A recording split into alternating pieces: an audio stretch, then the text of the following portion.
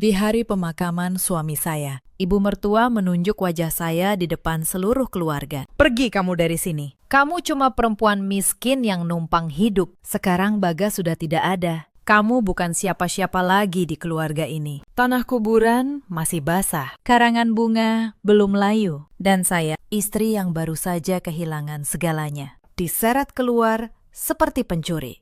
Mereka mengira saya tidak punya apa-apa. Mereka mengira rumah, mobil, dan perusahaan keluarga itu milik mereka. Yang tidak mereka tahu, nama saya ada di akta perusahaan itu, bukan sebagai menantu, sebagai pemilik. Halo, sahabat cerita. Selamat datang kembali di kanal ini. Kalau kisah malam ini menyentuh hati Anda, tekan tombol suka dan tulis nama kota Anda di kolom komentar. Mari kita mulai. Nama saya Larasati.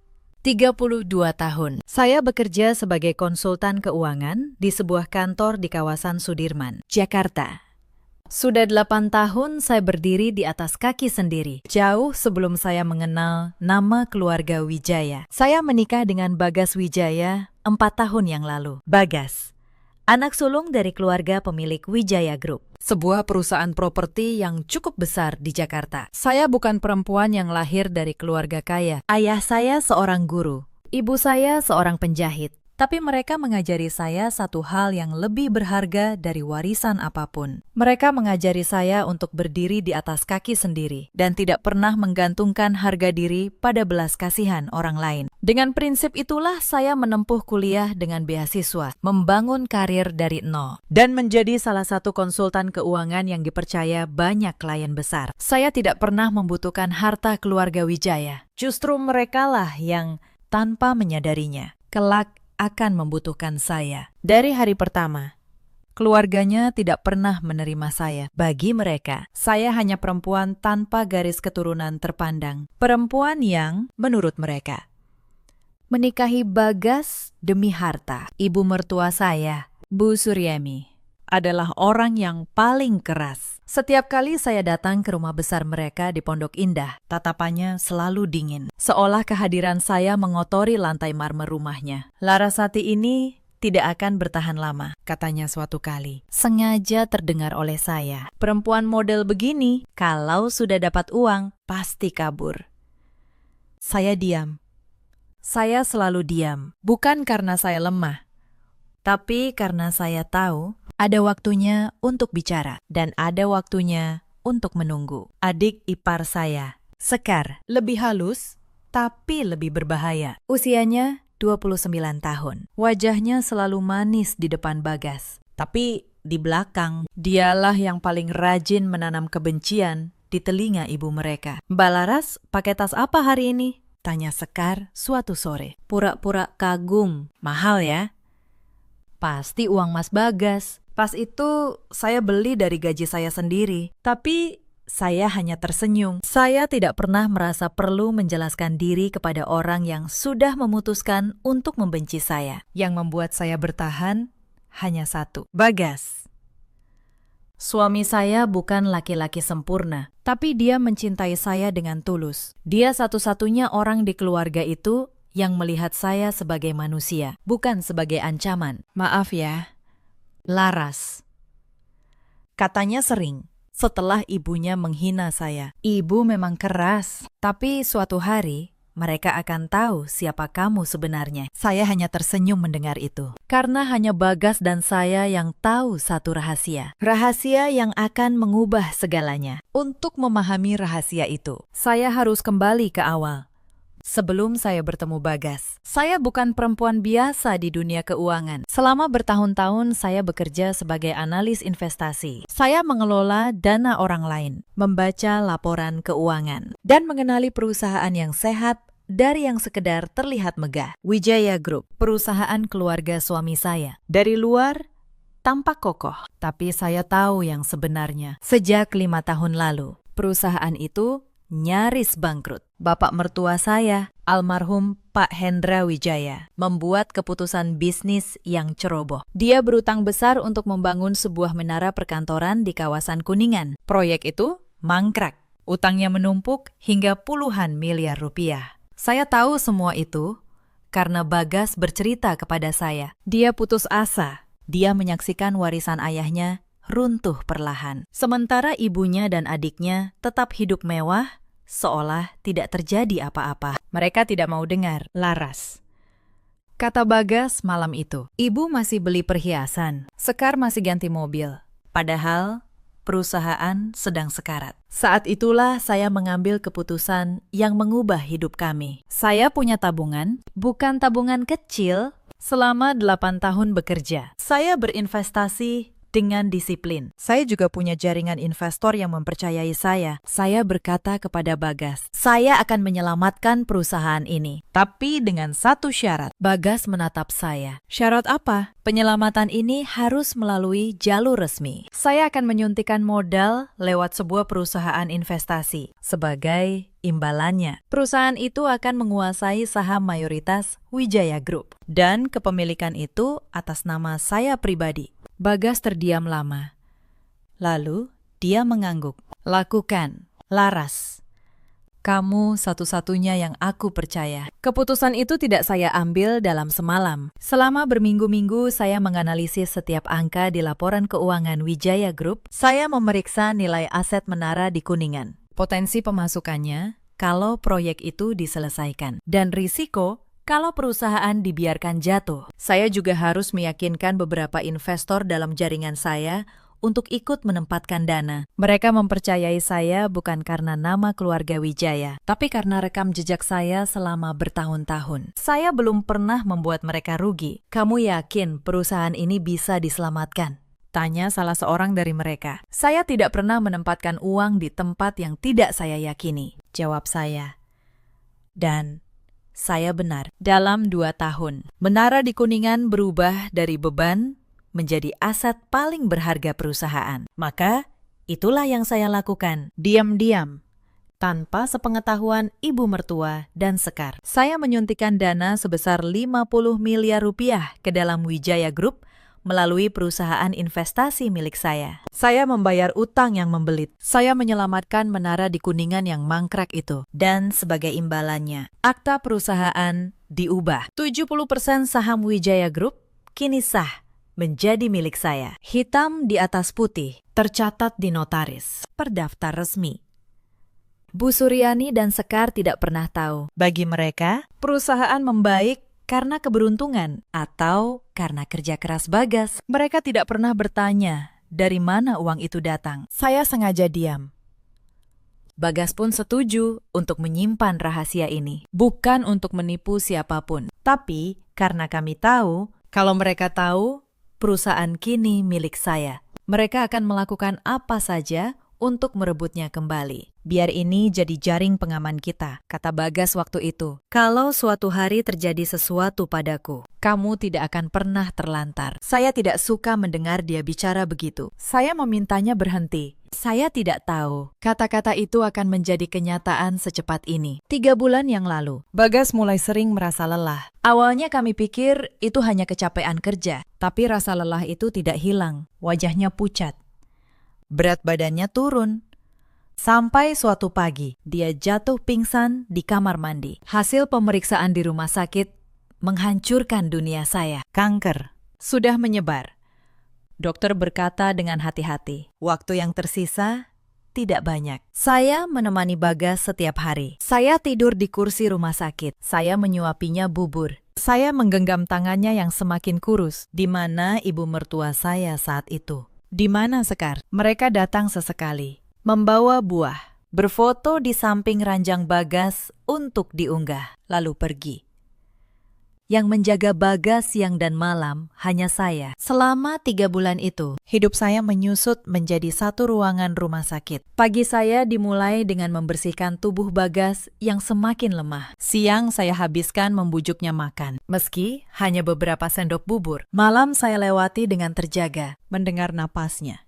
Takut napas itu berhenti. Saya tetap bekerja dari kursi rumah sakit. Laptop di pangkuan. Mata terbagi antara layar dan wajah suami saya. Saya tidak boleh roboh. Kalau saya roboh, tidak ada lagi yang menjaga Bagas. Dan tidak ada lagi yang menjaga perusahaan yang menjadi tumpuan banyak keluarga karyawan. Bu Suryani datang 1 kali dalam seminggu, selalu hanya sebentar. Dia mengeluh bau rumah sakit, mengeluh kursinya tidak nyaman, lalu pergi sebelum jam besuk habis. Sekar lebih jarang lagi, sekali datang.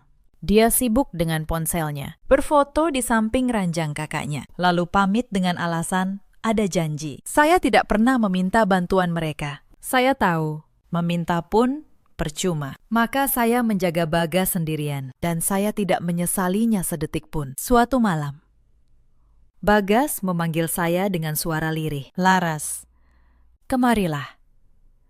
Ada yang ingin aku sampaikan." Saya duduk di sisinya.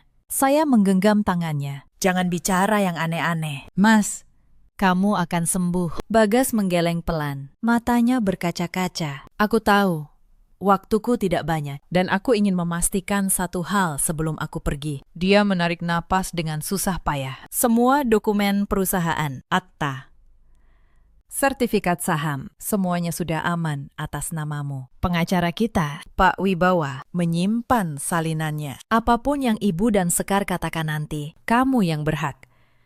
Ingat itu." Air mata saya jatuh. Aku tidak peduli soal perusahaan. "Mas, aku cuma mau kamu tetap di sini." Bagas tersenyum lemah. "Aku tahu. Justru karena kamu tidak pernah peduli soal harta, aku percaya semuanya kepadamu. Ibu dan Sekar tidak akan pernah mengerti itu." Itu adalah percakapan panjang terakhir kami. 2 hari kemudian, Bagas menghembuskan napas terakhir di pagi hari. Dengan tangan saya dalam genggamannya, dunia saya runtuh. Saya tidak sempat berduka dengan tenang, karena di hari pemakaman, badai yang sebenarnya baru saja dimulai. Langit mendung sore itu, seolah ikut berduka di pemakaman Bagas. Saya berdiri di depan pusara yang masih basah, menggenggam syal milik Bagas. Saya tidak peduli pada tatapan menghakimi dari keluarga besar Wijaya yang berdiri di belakang saya. Bagi saya, dunia sudah berhenti. 4 tahun pernikahan kami berkelebat di kepala saya. Hari pertama Bagas mengajak saya makan di warung sederhana, bukan restoran mahal, karena dia tahu saya tidak suka berpura-pura. Hari dia melamar saya dengan cincin sederhana dan janji yang tulus. Malam-malam kami berbincang tentang masa depan, tentang anak yang kami impikan, tapi belum sempat hadir. Semua itu kini hanya kenangan, dan saya harus menghadapinya sendirian. Dikelilingi orang-orang yang bahkan tidak sudi menatap saya dengan iba. Tapi mereka tidak membiarkan saya berduka. Bu Suryani melangkah mendekat. Aroma parfum mahalnya tercium tajam. Tidak ada kehangatan di matanya. Hanya kebencian yang selama ini ia sembunyikan. Kini tumpah seluruhnya. "Sudah cukup berpura-puranya, Larasati," katanya dingin. "Suamiku sudah tidak ada. Sekarang kamu mau apa lagi di keluarga ini?" Saya menatapnya. "Bu, ini pemakaman Mas Bagas. Tolong hargai dia." "Menghargai?" Bu Suryani tertawa kecil. Tawa yang menusuk. "Kamu yang tidak menghargai keluarga ini. Kamu cuma perempuan miskin yang beruntung dinikahi anakku. Sekarang dia mati. Dan kamu pikir kamu masih punya tempat di sini." Suaranya meninggi. Orang-orang mulai menoleh. "Pergi kamu. Kamu cuma sampah yang numpang hidup. Kamu bukan siapa-siapa lagi." Kata itu, sampah, diucapkan di atas tanah tempat suami saya baru saja dikubur. Saya tidak menjawab. Saya hanya menatap pusara Bagas, lalu berbalik dan pergi. Bukan karena saya kalah, tapi karena hari itu, saya tidak ingin menodai perpisahan saya dengan suami saya dengan sebuah pertengkaran. Mereka mengira saya pergi karena takut. Mereka salah besar. Malam itu, saya kembali ke rumah saya dan Bagas di kawasan Bintaro. Rumah yang kami beli bersama dengan uang kami sendiri. Jauh dari rumah besar keluarga Wijaya. Saya pikir setidaknya di sana saya bisa menangis dengan tenang. Tapi keesokan paginya, ketukan keras membangunkan saya. Saya membuka pintu. Sekar berdiri di sana dengan 2 orang pria bertubuh besar di belakangnya. Senyumnya manis, tapi matanya penuh kemenangan. "Pagi, Mbak Laras," katanya. "Maaf mengganggu. Aku kesini cuma mau ambil yang jadi hak keluarga kami." "Hak apa?" tanya saya. "Mobil itu," Sekar menunjuk mobil yang terparkir di garasi. Itu dibeli pakai uang Mas Bagas. Sekarang Mas Bagas sudah tidak ada. Itu jadi milik keluarga. Begitu juga semua surat-surat berharga yang Mbak simpan. Saya tetap tenang. Mobil itu dibeli dari rekening bersama saya dan Bagas. Secara hukum, itu harta bersama. Dan saya istrinya yang sah. Wajah Sekar mengeras. Istri, Mbak cuma perempuan yang menyusup ke keluarga kami. Jangan sok tahu hukum. Ibu sudah bicara dengan pengacara. Semua harta Mas Bagas jatuh ke keluarga. Bukan ke perempuan pembawa sial seperti Mbak. Pembawa sial. Itu kata kedua yang mereka lemparkan ke wajah saya dalam 2 hari. Saya menutup pintu pelan-pelan. Saya tidak meladeni. Tapi di dalam dada saya, sesuatu mulai mengeras. Bukan dendam. Sesuatu yang lebih dingin dari itu. Kesabaran yang sudah sampai di ujungnya. 3 malam berturut-turut setelah itu. Ketenangan rumah saya di Bintaro terganggu. Mobil-mobil asing berhenti di depan rumah saya larut malam. Lampunya sengaja diarahkan ke jendela. Suara klakson dibunyikan berkali-kali. Lalu pergi. Sekali, seseorang melempar batu kecil ke pagar saya. Saya tahu siapa di balik ini. Ini cara mereka menekan saya. Membuat saya takut. Membuat saya merasa tidak aman di rumah saya sendiri. Supaya saya menyerah dan pergi. Saya tidak melapor ke polisi. Belum.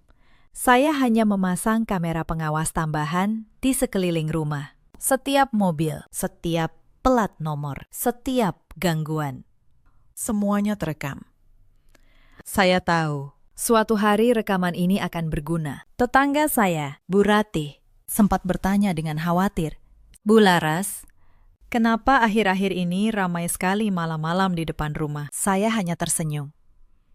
Tidak apa-apa, Bu. Cuma salah paham keluarga. Sebentar lagi selesai. Saya tidak ingin membuat tetangga ikut khawatir. Tapi di dalam hati, saya mencatat satu lagi garis yang sudah mereka lewati. Seminggu setelah pemakaman, sebuah panggilan masuk ke ponsel saya. Bu Suryani, datang ke rumah besar besok pagi, katanya tanpa basa-basi. Kita harus menyelesaikan urusan harta Bagas. Jangan macam-macam, atau kamu akan menyesal. Keesokan harinya, saya datang ke rumah Pondok Indah itu untuk terakhir kalinya. Saya ingin tahu sampai sejauh mana mereka berani melangkah. Di ruang tamu yang luas, Bu Suryani dan Sekar sudah menunggu. Di meja, ada setumpuk dokumen dan seorang pria berjas yang mereka kenalkan sebagai pengacara keluarga. Duduk, kata Bu Suryani. Saya duduk. Pengacara itu mendorong sebuah dokumen ke arah saya. Ini surat pelepasan hak, katanya.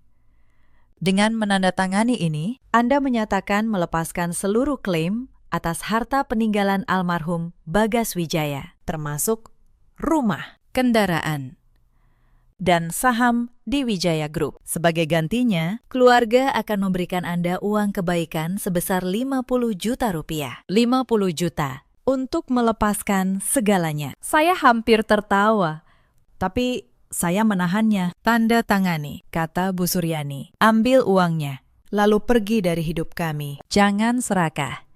Kamu sudah cukup beruntung. Kami beri uang. Saya menatap dokumen itu. Lalu saya menatap Bu Suryani. Bagaimana kalau saya menolak? Wajah Bu Suryani berubah.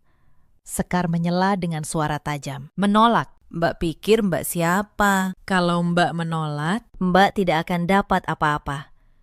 Bahkan rumah di Bintaro itu pun akan kami gugat. Lalu, Bu Suryani mencondongkan tubuhnya. Suaranya merendah, tapi penuh ancaman. Dengar baik-baik, Larasati. Aku punya banyak cara untuk membuat hidupmu sulit. Aku kenal banyak orang. Kalau kamu tidak menandatangani ini, kamu tidak akan pernah merasa aman lagi. Mengerti? Itu adalah ancaman. Terang-terangan. Di hadapan seorang pengacara yang hanya menunduk diam. Saya berdiri. Saya tidak menyentuh dokumen itu. Saya butuh waktu untuk berpikir. Kata saya, tenang. Saya akan kabari keputusan saya. Saya memperhatikan pengacara itu. Dia tidak berani menatap mata saya. Seorang profesional hukum yang tahu betul bahwa apa yang sedang dilakukan kliennya berada di wilayah abu-abu. Bahkan mungkin melanggar hukum. Tapi dia memilih diam demi bayaran. Saya juga memperhatikan Sekar. Matanya berkilat penuh keserakahan, seperti orang yang sudah menghitung pembagian harta yang belum tentu jadi miliknya. Dan Bu Suryani dengan dagu terangkat, begitu yakin bahwa dunia akan selalu tunduk pada kemauannya. Mereka semua salah membaca saya. Mereka melihat seorang janda yang baru kehilangan suami, rapuh dan mudah ditekan. Mereka tidak melihat seorang perempuan yang sudah membangun kerajaannya sendiri jauh sebelum mereka mengenalnya. Jangan terlalu lama, desis Bu Suryani. Kesabaranku ada batasnya. Kesabaran. Lucu sekali dia bicara soal kesabaran, karena malam itu, sayalah yang mulai menghitung sisa kesabaran saya. Saya pulang, dan untuk pertama kalinya, sejak Bagas meninggal, saya membuka laci tempat saya menyimpan dokumen-dokumen itu. Akta perusahaan, sertifikat saham, surat-surat yang ditandatangani notaris. Semua atas nama saya. Mereka mengira saya tidak punya apa-apa. Mereka mengira mereka bisa menakut-nakuti saya dengan 50 juta dan ancaman kosong. Mereka tidak tahu, perempuan yang mereka panggil sampah ini memegang 70% perusahaan yang mereka banggakan. Tapi saya belum bergerak, belum waktunya. Saya ingin melihat sampai di mana mereka akan jatuh sebelum saya menariknya. Malam setelah pertemuan dengan pengacara itu, ponsel saya berdering. Nomor tidak dikenal. Saya mengangkatnya. Suara Bu Suryani, dingin dan penuh racun. Larasati, aku beri kamu kesempatan terakhir. Tanda tangani surat itu besok. Atau, jangan salahkan aku kalau terjadi sesuatu padamu. Aku punya banyak kenalan. Perempuan sepertimu gampang hilang tanpa jejak. Jantung saya berdetak keras. Tapi saya tetap menjaga suara saya tenang. Ibu mengancam saya. Anggap saja peringatan. Jawabnya. Kamu sendirian sekarang, Laras. Tidak ada Bagas yang melindungimu. Pikirkan baik-baik. Telepon ditutup. Saya duduk diam beberapa saat. Tangan saya gemetar, bukan hanya karena takut, tapi karena marah yang sudah mendidih. Lalu saya melakukan satu hal. Saya memeriksa ponsel saya. Panggilan itu terekam. Setiap kata ancaman itu tersimpan rapi. Mereka pikir saya perempuan lemah yang sendirian. Mereka tidak tahu, setiap ancaman yang mereka lemparkan justru menjadi tali yang akan mengikat mereka sendiri. Keesokan paginya, saya menemui Pak Wibawa, pengacara pribadi yang dulu mengurus seluruh dokumen kepemilikan saham bersama Bagas. Dia sudah seperti penasihat keluarga kecil kami sendiri. Saya menyerahkan semua yang saya kumpulkan. Tangkapan layar, fitnah Sekar, rekaman ancaman Bu Suryani, surat pelepasan hak yang mereka paksakan, bukti pemblokiran rekening. Pak Wibawa membaca semuanya dengan teliti, lalu melepas kacamatanya. Bu Laras, katanya serius. Secara hukum, posisi Anda sangat kuat. Akta saham ini sah dan tidak bisa diganggu-gugat. Sebagai pemegang saham mayoritas, Anda memiliki kendali penuh atas perusahaan. Dan soal ancaman serta pemerasan ini, kalau Anda mau, kita bisa membawanya ke ranah pidana. Saya menggeleng pelan. Belum. Pakistan. Saya tidak mau buru-buru. Saya ingin mereka menunjukkan wajah asli mereka sampai habis, di depan banyak orang. Baru setelah itu, saya akan bicara. Pak Wibawa tersenyum tipis. Anda memang selalu sabar dan penuh perhitungan. Bagas beruntung punya istri seperti Anda. Kata-kata itu menusuk hati saya, karena Bagas memang beruntung, dan saya pun beruntung memilikinya. Hanya saja, keberuntungan itu direnggut terlalu cepat. Saya pulang dengan satu keyakinan. Saya tidak melawan dalam kegelapan. Saya melawan dengan hukum, dengan bukti, dan dengan kesabaran. Mereka boleh punya kekuasaan dan koneksi, tapi saya punya kebenaran yang tertulis hitam di atas putih. Beberapa hari kemudian, saya mulai menerima pesan dari kerabat jauh keluarga Wijaya. Pesan-pesan yang menusuk. Rupanya, Sekar tidak tinggal diam. Dia menyebarkan cerita ke seluruh keluarga besar. Versi yang sudah dipelintir habis-habisan. Katanya, sayalah yang menguras uang Bagas selama dia sakit. Katanya, saya menelantarkan suami saya demi harta. Katanya, saya perempuan licik yang sekarang menolak pergi karena masih ingin merampok keluarga. Saya membaca pesan-pesan itu satu persatu. Sepupu Bagas mengirim pesan panjang, menuduh saya tidak tahu malu. Bibi Bagas menulis bahwa saya membawa aib bagi keluarga yang paling menyakitkan. Sekar bahkan mengunggah sindiran di media sosialnya tanpa menyebut nama. Tapi semua orang tahu yang dia maksud. Ada orang yang dikasih hati, malah minta jantung, sudah ditolong. Sekarang malah merampok keluarga yang berduka. Ratusan komentar di bawahnya. Orang-orang yang tidak tahu apa-apa ikut menghujat saya. Saya menutup ponsel saya. Tangan saya gemetar, bukan karena takut, tapi karena marah. Selama berhari-hari saya menjaga Bagas tanpa tidur. Saya yang menyelamatkan perusahaan mereka dari kebangkrutan. Dan sekarang, saya difitnah sebagai perampok. Tapi saya tetap diam. Karena saya tahu satu hal yang mereka lupa. Fitnah bisa dibantah. Tapi yang lebih kuat dari fitnah adalah bukti. Dan saya punya semua buktinya. Saya hanya menyimpan setiap pesan, setiap unggahan, setiap ancaman. Tangkapan layar demi tangkapan layar. Saya tidak menghapus apapun, sementara mereka sibuk menghancurkan nama saya di luar. Mereka tidak sadar bahwa setiap kata yang mereka tulis sedang menjadi bukti yang akan berbalik melawan mereka. Sementara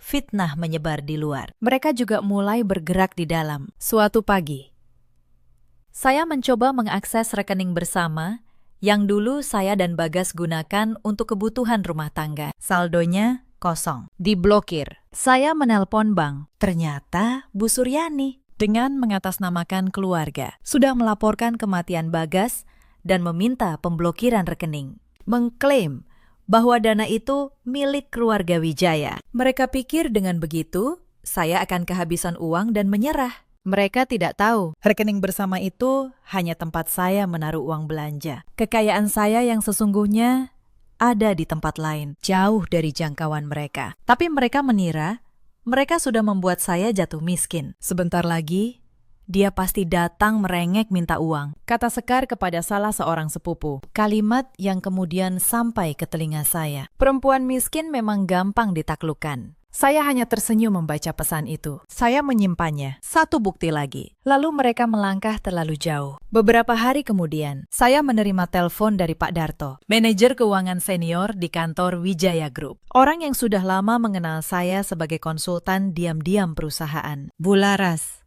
katanya gelisah.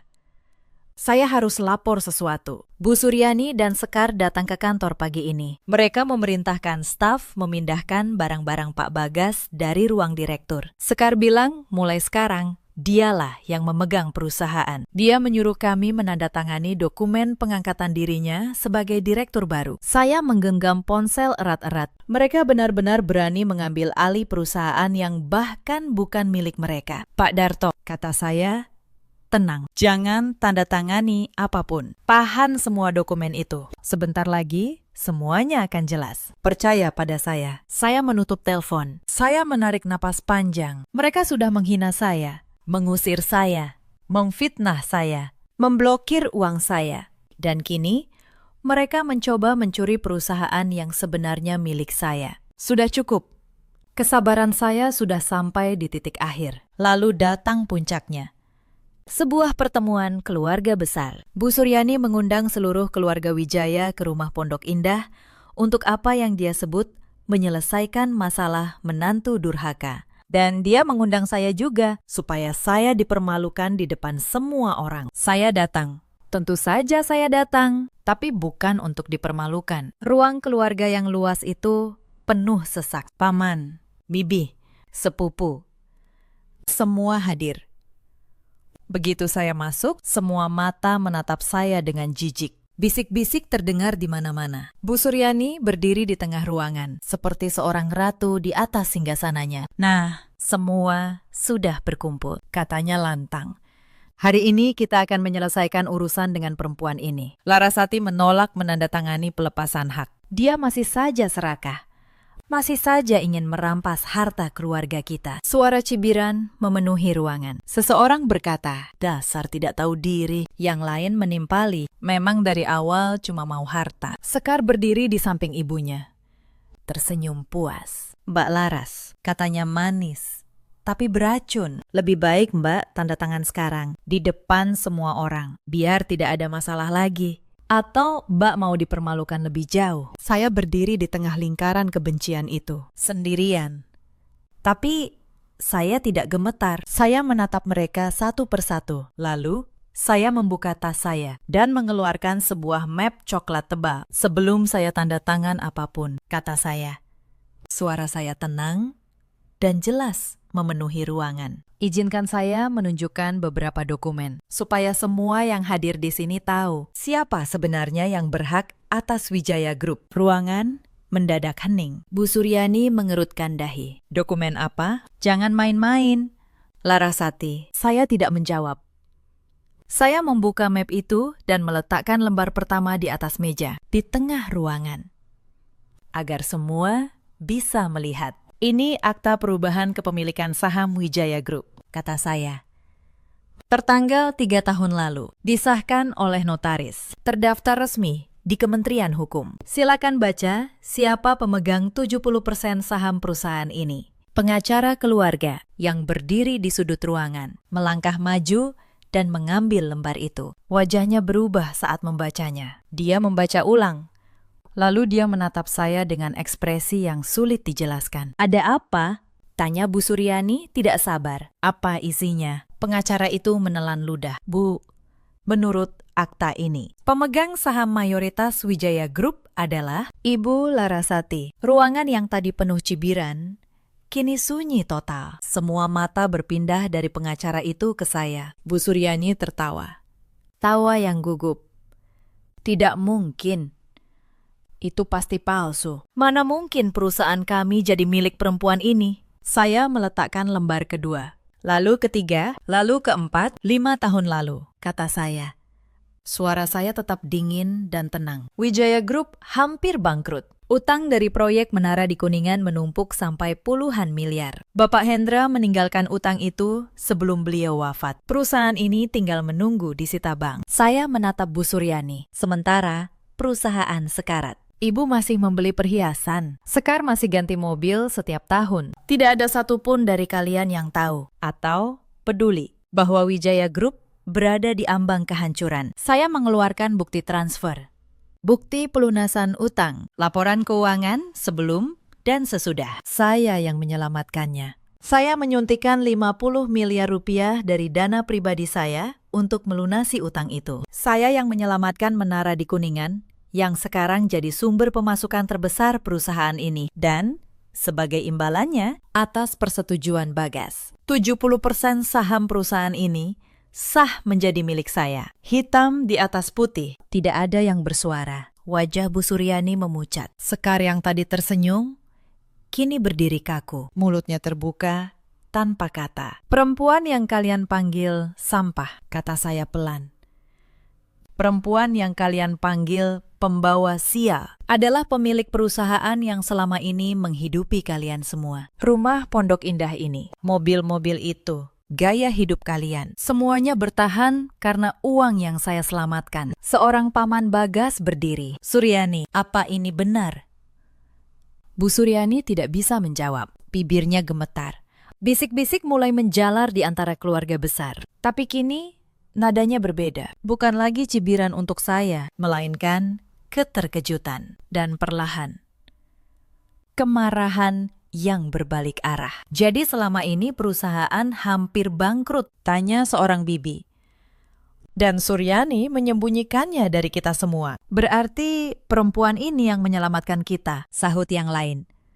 Lalu kalian menghinanya seperti itu. Bu Suryani mencoba menguasai keadaan. Kalian tidak mengerti, ini pasti tipuan. Dia memanfaatkan Bagas yang sedang sakit untuk merebut semuanya. Memanfaatkan. Saya menatapnya tajam. Akta ini ditandatangani 3 tahun lalu. Bu, jauh sebelum Bagas sakit. Saat itu Bagas sehat, sadar. Dan menandatanganinya dengan kesadaran penuh di hadapan notaris. Kalau ibu mau, kita bisa panggil notarisnya untuk bersaksi. Bu Suryani terdiam. Tidak ada lagi yang bisa dia katakan. Saya mengeluarkan satu map lagi. Dan ini, kata saya. Kumpulan bukti yang lain. Tangkapan layar fitnah yang Sekar sebarkan. Rekaman ancaman ibu kepada saya di depan pengacara bahwa saya tidak akan pernah aman lagi kalau menolak menandatangani surat pelepasan hak yang kalian paksa. Saya tanda tangani dengan ancaman. Semua ada di sini. Saya menatap pengacara keluarga. Anda tahu apa artinya memaksa seseorang melepaskan haknya dengan ancaman? Itu bisa menjadi perkara pidana, pengancaman, pemerasan, dan pencemaran nama baik. Bu Suryani akhirnya menemukan suaranya. Tapi suaranya kini bergetar. Larasati, dengar dulu. Kita keluarga. Kita bisa bicarakan ini baik-baik.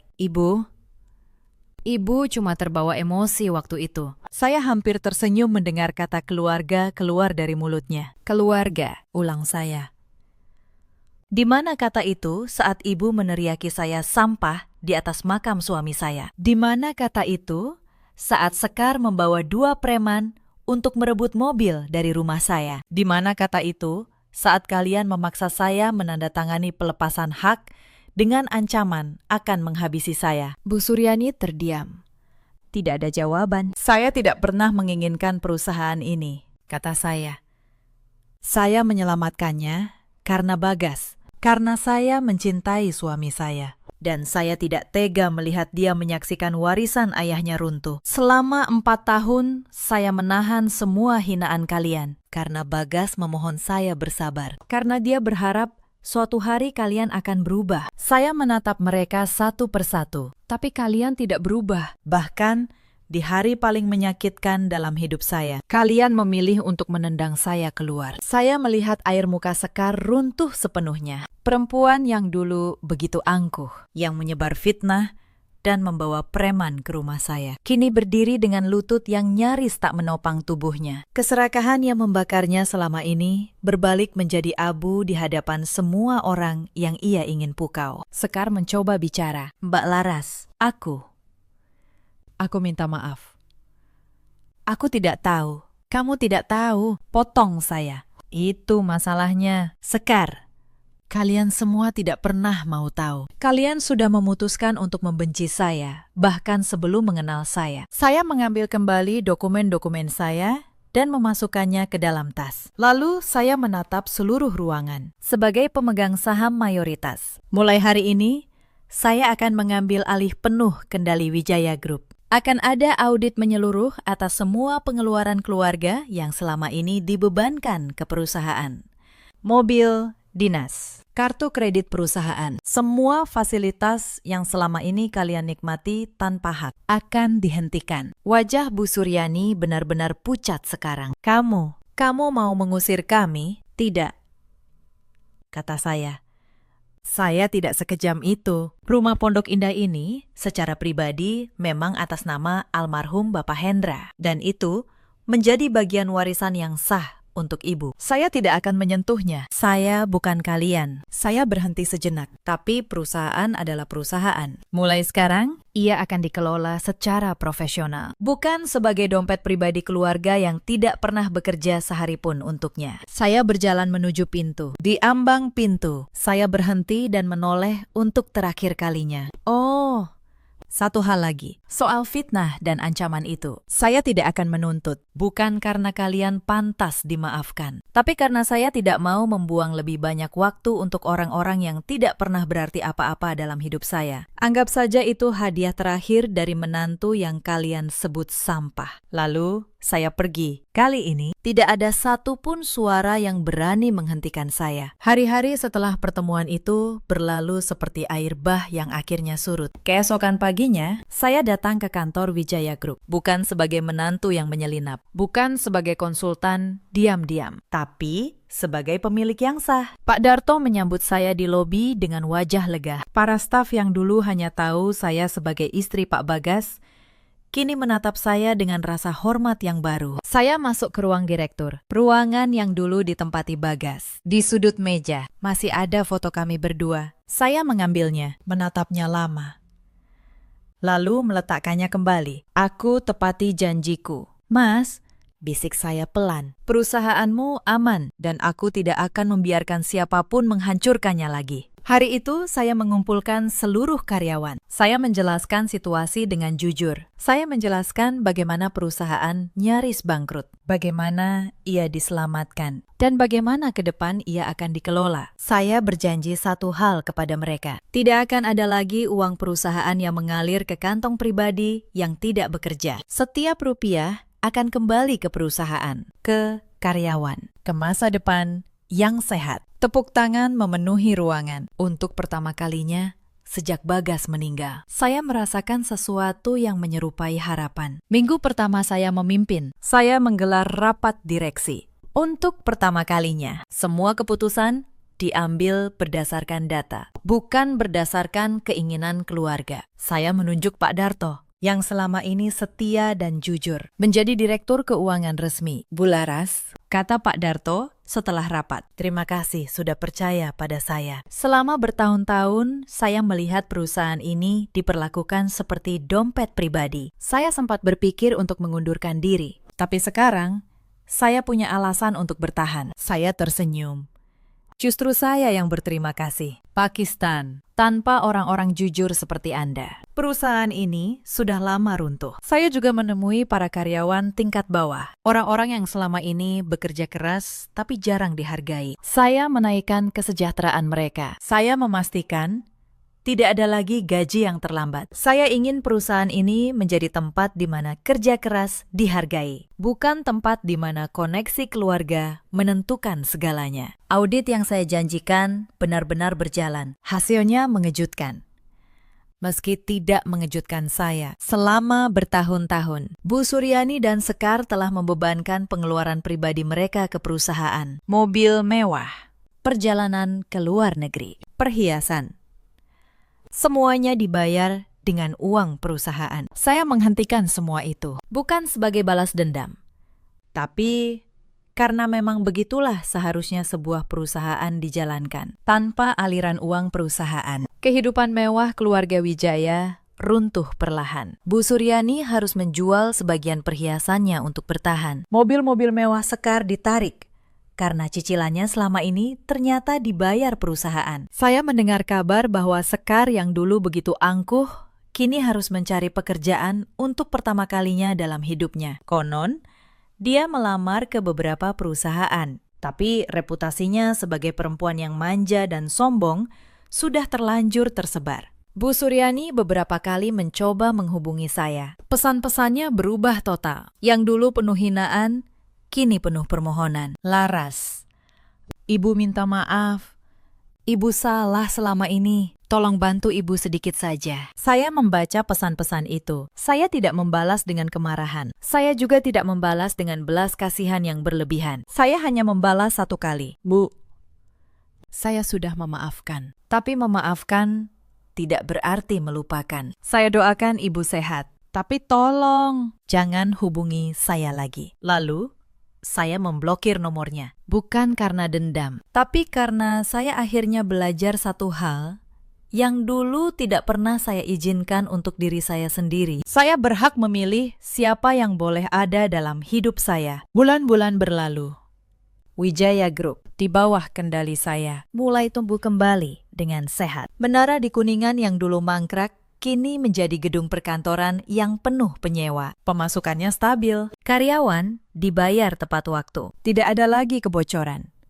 Saya tidak menjadi kaya raya dalam semalam. Saya sudah mapan jauh sebelum ini. Tapi yang saya dapatkan jauh lebih berharga dari uang. Saya mendapatkan ketenangan. Saya mendapatkan rasa hormat yang saya bangun dengan kerja keras saya sendiri. Suatu sore, saya berkunjung ke makam Bagas. Saya membawa bunga kesukaannya. Saya duduk di samping pusaranya. Seperti dulu saya duduk di samping ranjang rumah sakitnya. Semua sudah selesai. Mas, kata saya, aku menjaga semua yang kamu titipkan, dan aku menjaga diriku sendiri, seperti yang selalu kamu inginkan. Angin sore berhembus pelan. Untuk pertama kalinya, air mata yang jatuh di pipi saya bukan air mata kepedihan, tapi air mata kelegaan. Saya teringat kata-kata terakhir Bagas, bahwa suatu hari keluarganya akan tahu siapa saya sebenarnya. Hari itu akhirnya datang, bukan dengan cara yang ia bayangkan, dan dengan harga yang terlalu mahal. Tapi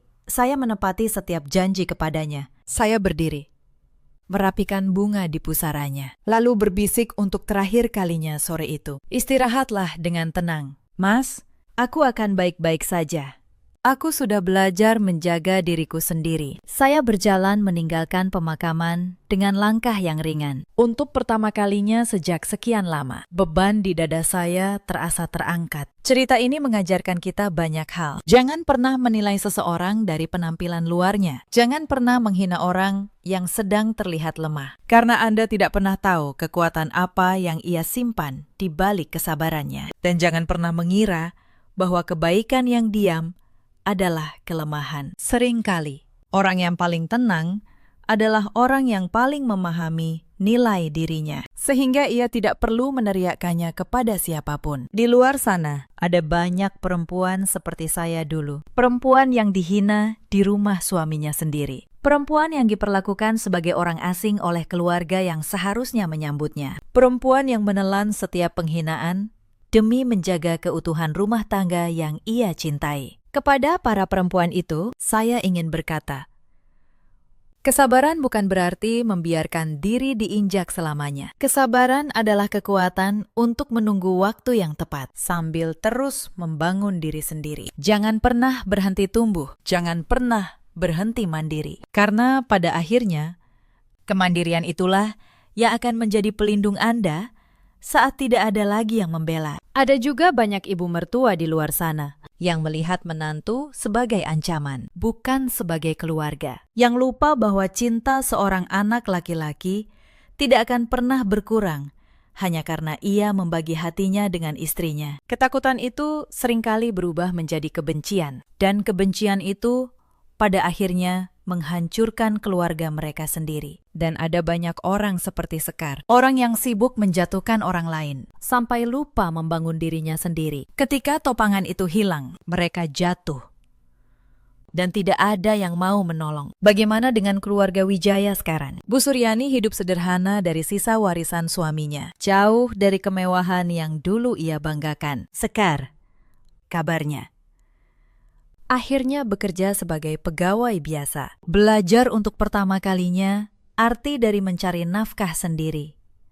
Saya tidak membenci mereka. Saya hanya berhenti membiarkan mereka menyakiti saya. Dan saya melanjutkan hidup. Saya mengelola perusahaan yang dititipkan suami saya dengan sepenuh hati. Saya tidak menikah lagi sampai cerita ini saya ceritakan. Karena cinta sejati tidak datang setiap hari. Tapi saya bahagia, saya tenang. Dan saya tidak lagi membiarkan siapapun menentukan harga diri saya. Dalam hidup, kita semua punya pilihan. Kita bisa memilih untuk membalas kejahatan dengan kejahatan. Atau kita bisa memilih untuk berdiri tegak, membuktikan diri lewat kerja keras dan integritas. Lalu membiarkan kebenaran berbicara dengan sendirinya. Saya memilih yang kedua. Dan itu adalah kemenangan paling manis yang pernah saya rasakan. Bagaimana dengan Anda? Pernahkah Anda merasa diremehkan, lalu membuktikan bahwa mereka salah? Ceritakan kisah Anda di kolom komentar. Saya akan membaca setiap cerita kalian. Terima kasih sudah menemani sampai akhir. Sampai jumpa di kisah berikutnya. Di tengah acara 100 hari wafatnya ayah mertua saya, di ruang keluarga yang penuh karangan bunga, suami saya berdiri dan mengumumkan sesuatu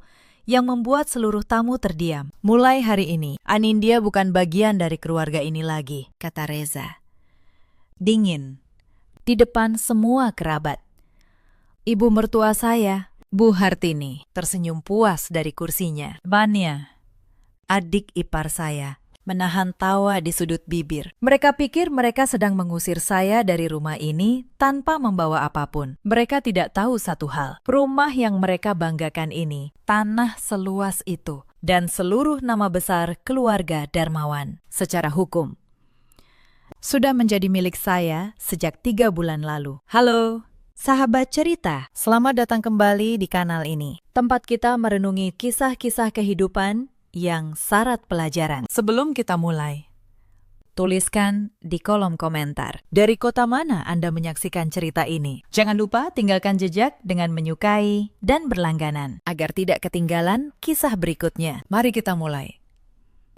Malam itu, hujan turun perlahan di kawasan Menteng. Lampu-lampu kristal di rumah besar keluarga Darmawan menyala terang, memantul di lantai marmer yang dingin. Aroma melati dari karangan bunga duka masih tercium di setiap sudut. Hari itu, acara 100 hari wafatnya Pak Darmawan, ayah mertua saya. Nama saya Anindya, 34 tahun. Bekerja sebagai notaris di sebuah kantor di kawasan Sudirman. Sudah 8 tahun saya menjadi istri Reza, putra sulung keluarga ini. Selama itu, saya kira kesabaran bisa membeli tempat di hati mereka. Saya keliru.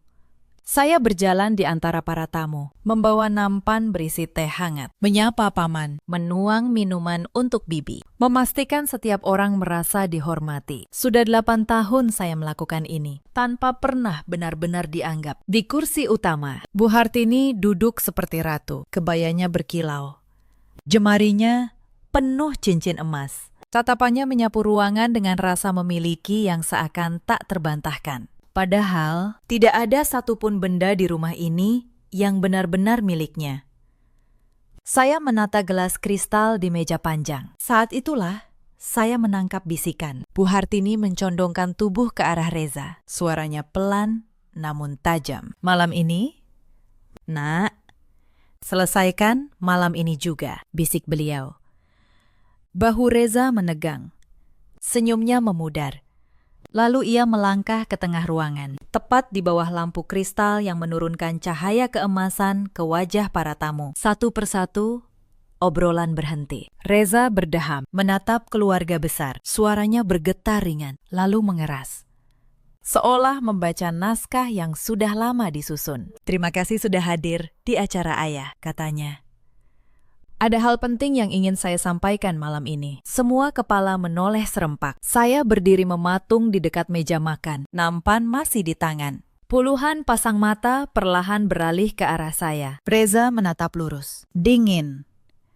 Selama bertahun-tahun, saya mencoba bertahan, katanya.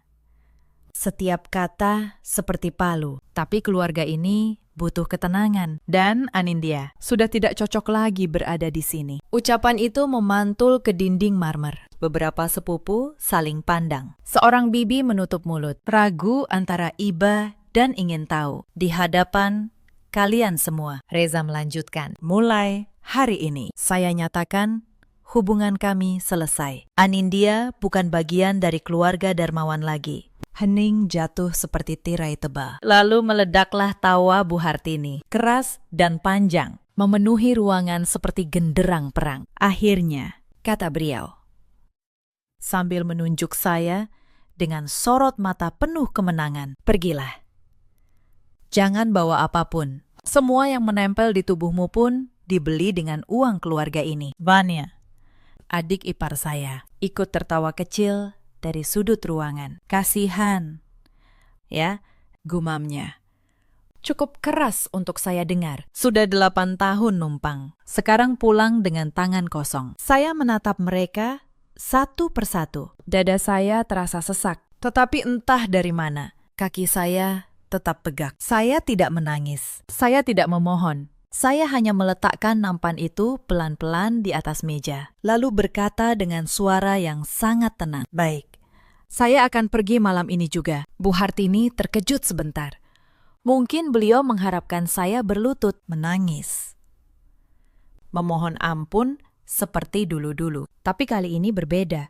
Kali ini, saya sudah tahu sesuatu yang mereka tidak tahu. Saya berbalik, mengambil tas kecil saya, dan melangkah keluar dari pintu utama. Hujan menyambut wajah saya, dingin, tapi terasa membebaskan. Di belakang saya, tawa masih terdengar. Mereka merayakan kemenangan yang sebenarnya adalah awal dari kehancuran mereka sendiri. Mereka tidak tahu, di dalam tas kecil yang saya bawa ada sebuah map coklat tua. Dan di dalam map itu tersimpan satu dokumen yang akan mengubah segalanya. Untuk memahami Malam itu, saya harus membawa Anda kembali ke 8 tahun lalu. Saya menikahi Reza ketika usia saya 26 tahun. Saat itu, saya baru saja lulus ujian dan menjadi notaris muda. Reza tampan, percaya diri. Putra sulung pengusaha properti terkenal. Banyak orang bilang saya beruntung. Tapi sejak hari pertama menginjak rumah ini, saya tahu saya tidak pernah benar-benar diterima. Bu Hartini menyambut saya dengan tatapan menilai. Notaris, tanyanya waktu itu. Sambil tersenyum tipis. Pekerjaan begitu untuk apa? Istri Reza tidak perlu bekerja. Cukup di rumah, urus suami. Saya hanya tersenyum. Saya kira dengan waktu. Beliau akan melihat saya sebagai keluarga. Saya keliru. Lagi. Tahun pertama, saya disuruh berhenti dari kantor. Saya menolak halus. Bu Hartini menganggap itu pembangkangan. Sejak itu, setiap kesalahan kecil di rumah selalu dilemparkan kepada saya. Sayur terlalu asin, salah saya. Tamu datang tanpa pemberitahuan. Salah saya karena tidak siap. Reza pulang larut. Salah saya karena tidak membuatnya betah di rumah. Dan Reza, suami yang dulu berjanji melindungi saya, perlahan berubah menjadi anak kecil yang patuh pada ibunya. Setiap kali saya mengadu, jawabannya selalu sama. Sudahlah, amin. Mama sudah tua, mengalah saja. Mengalah. Kata itu menjadi makanan saya sehari-hari selama 8 tahun. Saya masih ingat tahun ketiga pernikahan kami. Saya keguguran anak pertama kami. Tubuh saya lemah, hati saya hancur. Tapi alih-alih menghibur, Bu Hartini malah berkata di depan saya, mungkin memang tidak ditakdirkan. Perempuan yang terlalu sibuk bekerja memang susah punya anak. Reza, yang seharusnya berdiri di sisi saya, hanya diam. Ia tidak membantah ibunya. Ia bahkan tidak menggenggam tangan saya. Malam itu, saya menangis sendirian di kamar. Sementara dari ruang tamu terdengar tawa keluarga yang membicarakan hal lain. Seolah kehilangan saya tidak berarti apa-apa. Saya juga ingat hari ulang tahun saya yang ke-30. Saya berharap untuk sekali saja mereka mengingat. Tapi hari itu lewat begitu saja, tanpa ucapan, tanpa kue. Yang ada, justru Bu Hartini yang menyuruh saya memasak untuk 12 tamu arisannya, lalu mengkritik masakan saya di depan semua orang. Begini saja tidak becus, kata beliau sambil tertawa. Dan para tamunya ikut tertawa. Saya berdiri di dapur, menahan air mata, sambil terus melayani mereka satu persatu. Berkali-kali saya berpikir untuk pergi, tapi setiap kali ada satu hal yang menahan saya, Pak Darmawan. Beliau adalah satu-satunya alasan saya bertahan di rumah itu. Setiap kali saya hampir menyerah, beliau seakan tahu dan menghampiri saya dengan secangkir teh dan kata-kata yang menenangkan. Bertahanlah sedikit lagi, Nin, kata beliau suatu kali. Bapak percaya orang baik tidak akan selamanya berada di bawah. Saya tidak tahu di balik kata-kata lembut itu, beliau sedang menyusun sebuah rencana yang akan mengubah hidup saya. Lalu datang Fania, adik ipar saya, pulang dari kuliahnya di luar kota. Ia membawa angin baru ke dalam permusuhan ini. Fania pintar membaca situasi. Ia tahu ibunya tidak menyukai saya, maka ia memperkuat kebencian itu demi posisinya sendiri. Mbak Anin pelit, ya.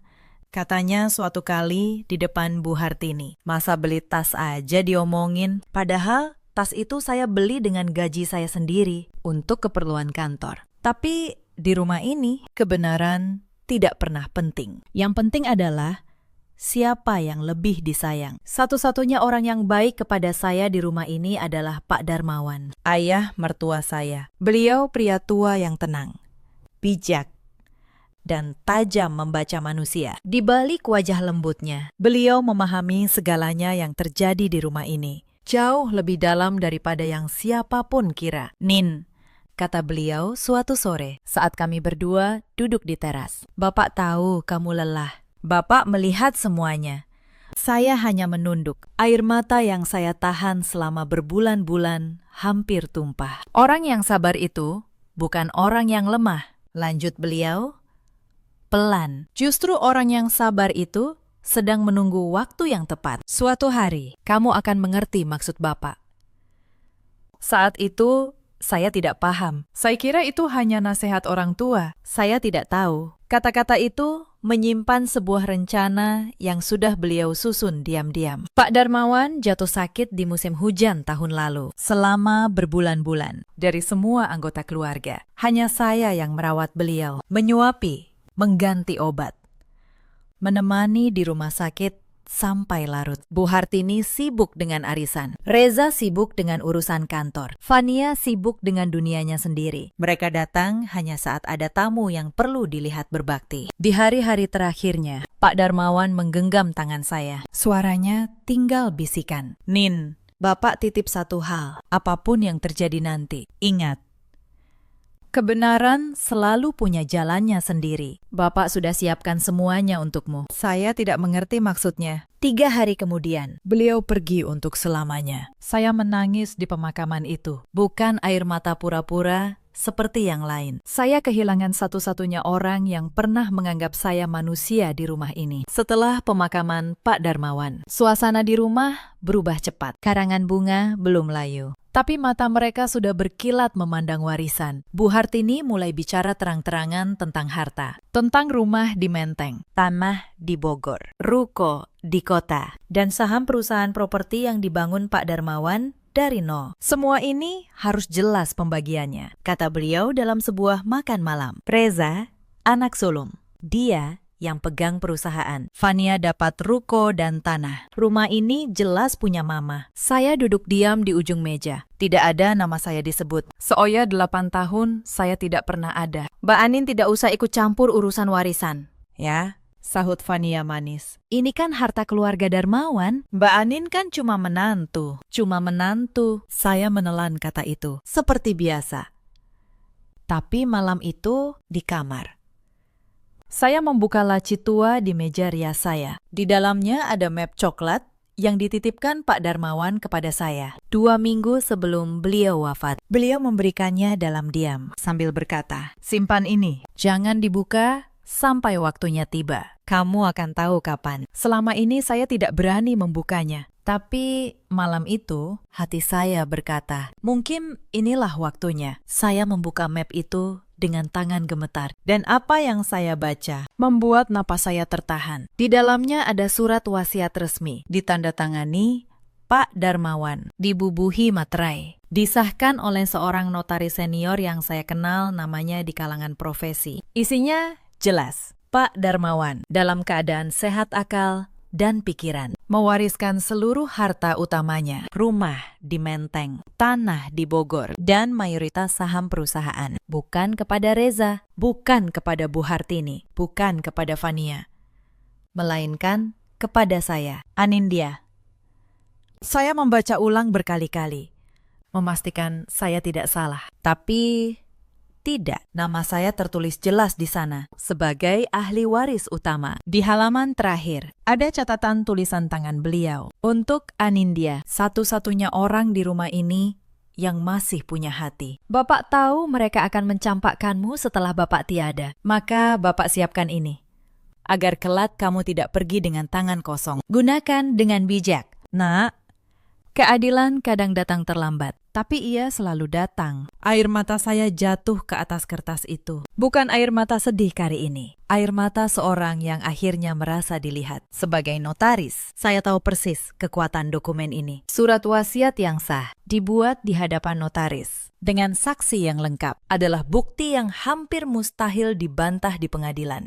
Tapi saya juga tahu, saya tidak boleh gegabah. Saya tidak boleh mengeluarkan kartu ini terlalu cepat. Esok paginya, diam-diam saya menemui notaris senior yang menyusun surat itu. Beliau membenarkan semuanya. Dokumen itu asli, sah, dan sudah didaftarkan secara resmi di lembaga yang berwenang sejak setahun lalu. Pak Darmawan datang sendiri ke kantor saya, kata beliau. Beliau bilang, ini untuk melindungi seseorang yang akan dikhianati. Saya tidak bertanya lebih. Sekarang saya mengerti maksud beliau. Saya menyusun langkah dengan tenang. Saya mengurus sertifikat, mengecek status saham, memverifikasi setiap aset. Sebagai notaris, saya tahu jalur hukumnya. Semua harus rapi, hitam di atas putih sebelum saya bertindak. Saya menghabiskan malam demi malam mempelajari struktur kepemilikan perusahaan Pak Darmawan. Setiap lembar saham, setiap sertifikat tanah, setiap rekening. Saya menelusurinya satu persatu, memastikan tidak ada satu celah pun yang bisa dimanfaatkan lawan untuk menggugat di kemudian hari. Saya juga menemui Pak Sutopo, seorang pengacara senior yang reputasinya tak diragukan dalam sengketa waris. Saya menceritakan semuanya dan menyerahkan seluruh dokumen. Pak Sutopo membaca berkas itu dengan saksama, lalu mengangguk pelan. "Bu Anindya," katanya, "dokumen ini sangat kuat." Pak Darmawan menyusunnya dengan kehati-hatian, seorang yang tahu persis apa yang ia lakukan. Hampir mustahil dibantah. Tapi kita harus bergerak dengan sabar dan terukur. Jangan beri mereka kesempatan menuduh kita tergesa-gesa. Saya setuju. Saya tidak ingin menang dengan cara yang bisa dipertanyakan. Saya ingin menang dengan cara yang bersih, sah, dan tak terbantahkan. Seperti yang Pak Darmawan ajarkan, kebenaran selalu punya jalannya sendiri. Sementara saya bekerja dalam diam, saya tetap menjalani peran saya di rumah seperti biasa, menyajikan teh, melayani tamu, menahan setiap hinaan. Saya membiarkan mereka berpikir saya tetaplah menantu lemah yang akan menerima nasib apapun. 3 bulan saya bekerja dalam diam, sementara di rumah mereka semakin berani. Mereka pikir saya menyerah. Mereka pikir saya hanya menunggu diusir. Padahal saya sedang menyiapkan sesuatu yang akan membalikan seluruh papan permainan. Mereka mempersiapkan acara 100 hari Pak Darmawan dengan megah. Mengundang seluruh kerabat. Reza dan Bu Hartini berencana mengumumkan pembagian warisan di acara itu. Sekaligus mengusir saya secara terhormat di depan keluarga besar. Mereka tidak tahu saya menunggu momen itu. Saya membiarkan mereka merasa menang, agar kejatuhan mereka terasa jauh lebih nyata. Malam saat saya keluar dari rumah itu, saya tidak pergi ke tempat yang jauh. Saya hanya memesan kamar di sebuah hotel sederhana. Lalu menelpon Pak Sutopo, pengacara yang sudah saya siapkan sejak sebulan lalu. "Sudah waktunya, Pakistan," kata saya. Mulai besok pagi, di seberang telepon, suara Pak Sutopo tenang. "Semua dokumen sudah siap.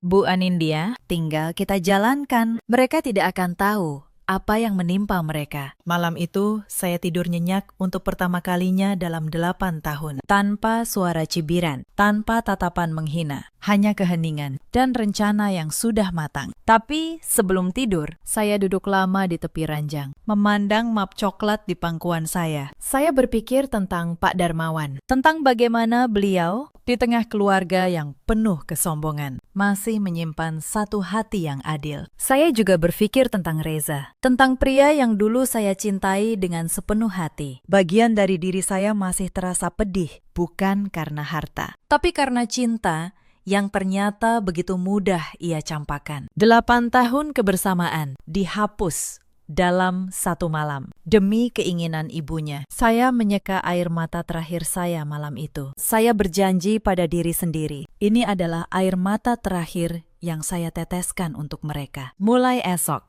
saya tidak akan lagi menjadi perempuan yang mereka injak. Saya akan menjadi perempuan yang Pak Darmawan percayai. Saya membuka laptop, memeriksa kembali semua dokumen, memastikan setiap langkah hukum sudah saya susun dengan rapi. Sebagai notaris, saya tahu dalam pertarungan ini, yang menang bukanlah yang paling keras berteriak, melainkan yang paling siap dengan bukti. Pagi pertama datang.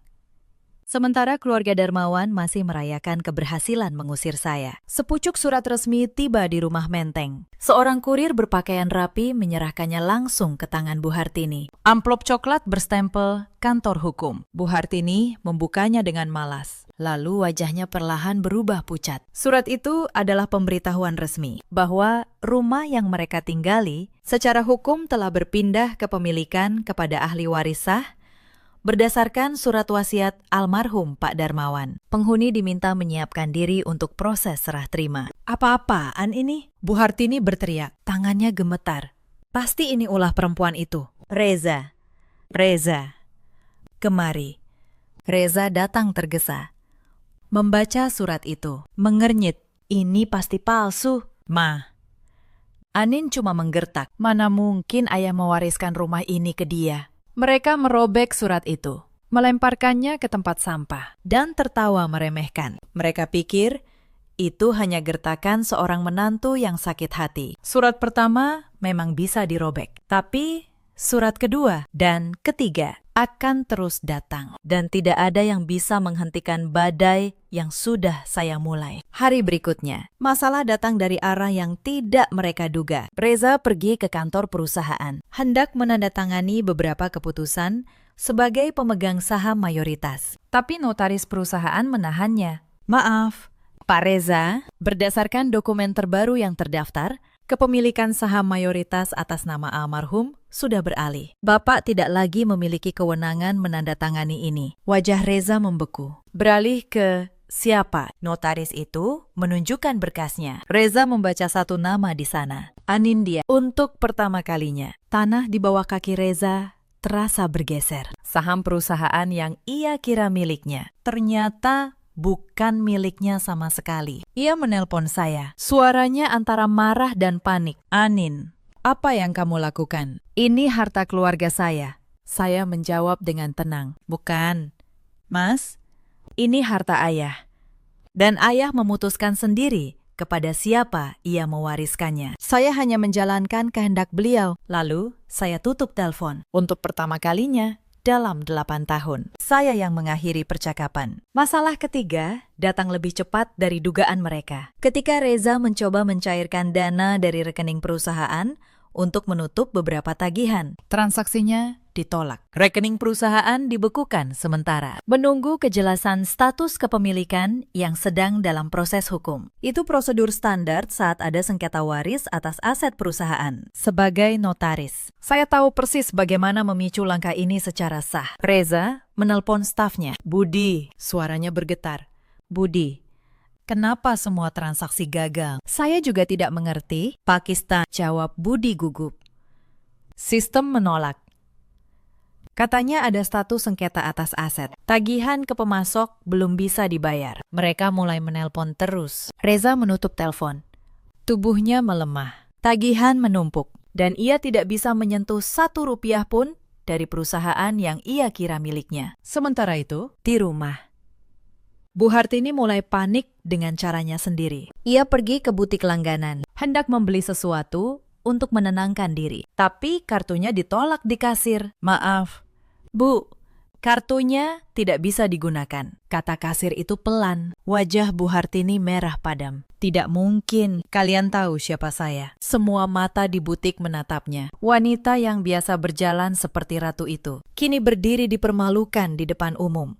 Kartu yang ditolak itu terhubung ke rekening yang ikut terimbas pembekuan. Beliau pulang dengan tangan kosong dan amarah yang membara. Mereka mempermalukan saya. Pasti ini ulah perempuan itu. Masalah keempat menimpa Fania. Suatu siang, ruko yang dijanjikan menjadi miliknya, yang sudah ia pakai, membuka usaha butik kecil. Didatangi petugas dengan surat resmi. Ruko itu tercatat sebagai bagian dari aset waris yang sah berpindah kepemilikan. Fania diminta menghentikan operasional sampai status hukum jelas.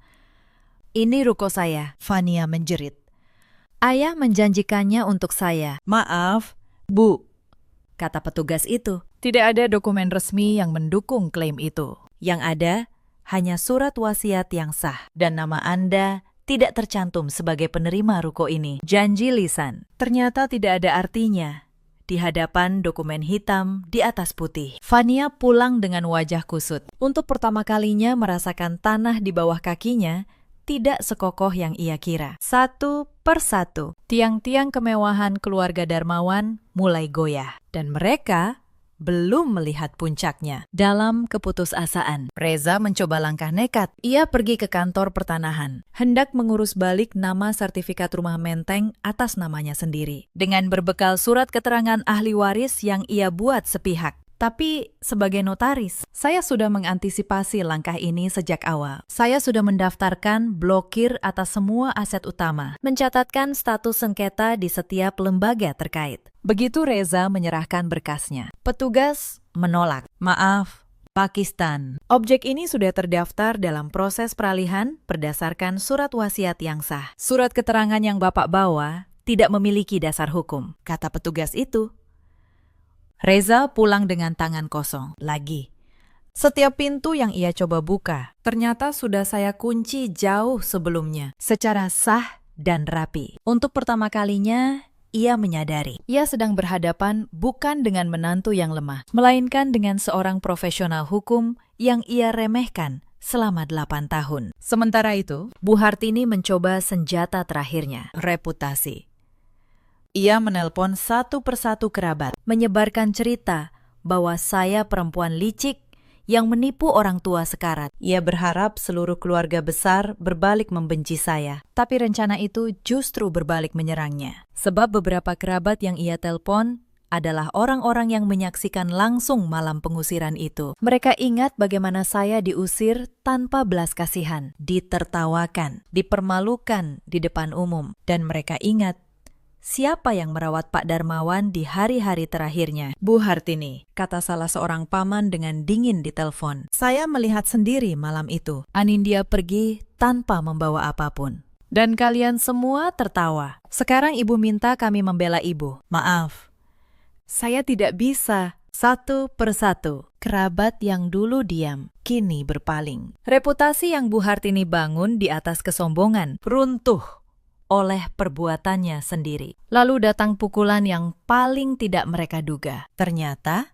selama tahun-tahun terakhir hidupnya, Pak Darmawan diam-diam menanggung sejumlah utang pribadi untuk menutupi gaya hidup mewah keluarganya. Utang itu kini mulai ditagih oleh para pemberi pinjaman. Karena Bu Hartini dan Reza mengira mereka mewarisi seluruh harta. Mereka juga otomatis menanggung kewajiban yang melekat. Para penagih mulai berdatangan ke rumah kontrakan mereka, membawa surat dan tuntutan. Ini tidak adil, jerit Bu Hartini suatu hari. Kenapa hartanya pergi ke perempuan itu? Tapi utangnya jatuh ke kami. Tapi hukum tidak mengenal kata kasihan.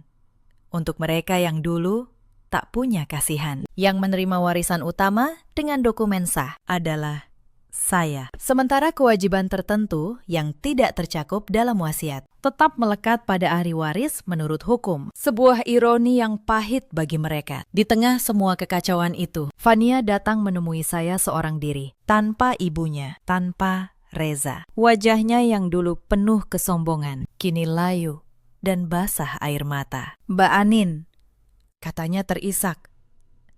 Saya minta maaf. Dulu saya jahat sama Mbak. Saya tahu saya salah. Tolong, bantu kami. Mama sudah tua. Dia tidak kuat hidup begini. Saya menatap Fania lama. Saya melihat seorang perempuan muda yang akhirnya merasakan akibat dari pilihan-pilihannya. Fania, kata saya pelan. Maaf yang kamu ucapkan sekarang, saya terima. Tapi maaf, itu tidak bisa memutar waktu. Ada hal-hal yang sudah terjadi dan harus dijalani konsekuensinya. Fania menunduk. Isaknya semakin keras. Tapi lanjut saya. Saya tidak akan membiarkan Bu Hartini kelaparan. Bukan karena beliau pantas, tapi karena saya tidak ingin menjadi seperti kalian dulu. Saya akan bantu sekadarnya untuk kebutuhan dasar, bukan untuk mengembalikan kemewahan yang sudah hilang. Fania mengangkat wajahnya, terkejut. Mungkin ia mengira saya akan membalas kekejaman dengan kekejaman. Tapi saya memilih jalan yang berbeda. Bukan untuk mereka, melainkan untuk menjaga hati saya sendiri tetap bersih. Kabar mulai menyebar di kalangan kerabat. Para paman dan bibi yang dulu menyaksikan saya diusir, kini berbisik-bisik dengan nada berbeda. Beberapa dari mereka mulai menelpon saya, mencari tahu kebenaran. Saya tidak menjelek-jelekan siapapun. Saya hanya berkata, semua sesuai kehendak almarhum ayah. Silakan tanya pada notaris yang menyusun wasiatnya. Dan ketika mereka memverifikasi, semua terbukti benar. Reputasi keluarga yang selama ini dijaga Bu Hartini dengan sombong, perlahan retak di mata kerabatnya sendiri. Masalah kelima datang dari dunia bisnis. Perusahaan properti yang dibangun Pak Darmawan memiliki sejumlah proyek yang sedang berjalan. Salah satunya, kerjasama dengan pemodal besar untuk sebuah kompleks perumahan. Ketika pemodal itu mendengar ada sengketa kepemilikan dan pembekuan rekening, mereka menarik diri. Telepon dari pihak mereka masuk ke kantor. Kami tidak bisa melanjutkan kerjasama jika status hukum perusahaan tidak jelas, kata perwakilan mereka. Pembayaran tahap berikutnya kami tahan. Jika dalam 2 minggu tidak ada kejelasan, kontrak kami batalkan dan denda berlaku. Reza menerima kabar itu di ruang kerjanya. Tubuhnya gemetar. Proyek senilai miliaran rupiah terancam batal, dan denda yang harus ditanggung bisa meruntuhkan seluruh perusahaan. Untuk pertama kalinya, ia menyadari betapa rapuh kerajaan yang ia kira miliknya. Tanpa kendali atas aset, tanpa akses ke dana, tanpa kepercayaan mitra, ia bukan siapa-siapa. Ia datang ke hotel tempat saya menginap, mengetuk pintu kamar saya dengan wajah yang sudah berbeda dari malam pengusiran itu. "Anin," katanya. Suaranya melembut, penuh perhitungan. "Kita bicara baik-baik. Ya, kamu istri saya, apapun yang terjadi, kita keluarga. Kembalikan saham itu, dan kita selesaikan ini bersama. Saya minta maaf soal malam itu. Saya menatapnya lama. Pria yang dulu saya cintai. Pria yang menjatuhkan saya di depan seluruh kerabat. Dan kini datang meminta maaf, hanya karena ia kehilangan hartanya. Mas, kata saya pelan. 8 tahun saya menunggu kata maaf itu. Tapi Mas baru mengucapkannya sekarang. Bukan karena Mas menyesal menyakiti saya, tapi karena Mas butuh harta itu kembali. Reza terdiam. Maaf tidak menghapus luka, lanjut saya. Dan tidak semua yang retak bisa direkatkan kembali hanya dengan kata-kata. Ini bukan dendam saya. Mas, ini kehendak ayah. Beliau yang memilih, bukan saya. Saya menutup pintu pelan. Di baliknya, saya mendengar Reza terdiam lama sebelum akhirnya pergi. Beberapa hari kemudian, Reza datang lagi. Kali ini dengan cara yang berbeda. Ia membawa setumpuk berkas, mencoba pendekatan sebagai sesama orang dewasa. "Amin, bengar," katanya. "Saya tahu saya salah, tapi kalau perusahaan ini bangkrut, banyak karyawan yang kehilangan pekerjaan. Mereka tidak salah apa-apa, setidaknya demi mereka. Mari kita cari jalan tengah." Untuk sesaat, saya hampir tergerak. Tapi lalu saya teringat, selama 8 tahun, tidak sekalipun Reza memikirkan perasaan saya. Dan kini, ia memakai nasib karyawan sebagai alat untuk menyentuh hati saya. "Mas," kata saya, "soal karyawan, jangan khawatir. Saya tidak akan menelantarkan mereka. Saya akan mengambil alih perusahaan ini dan menjaganya tetap berjalan. Tapi bukan bersama Mas, karena perusahaan ini sejak awal memang sudah bukan milik Mas." Reza menatap saya. Kalah.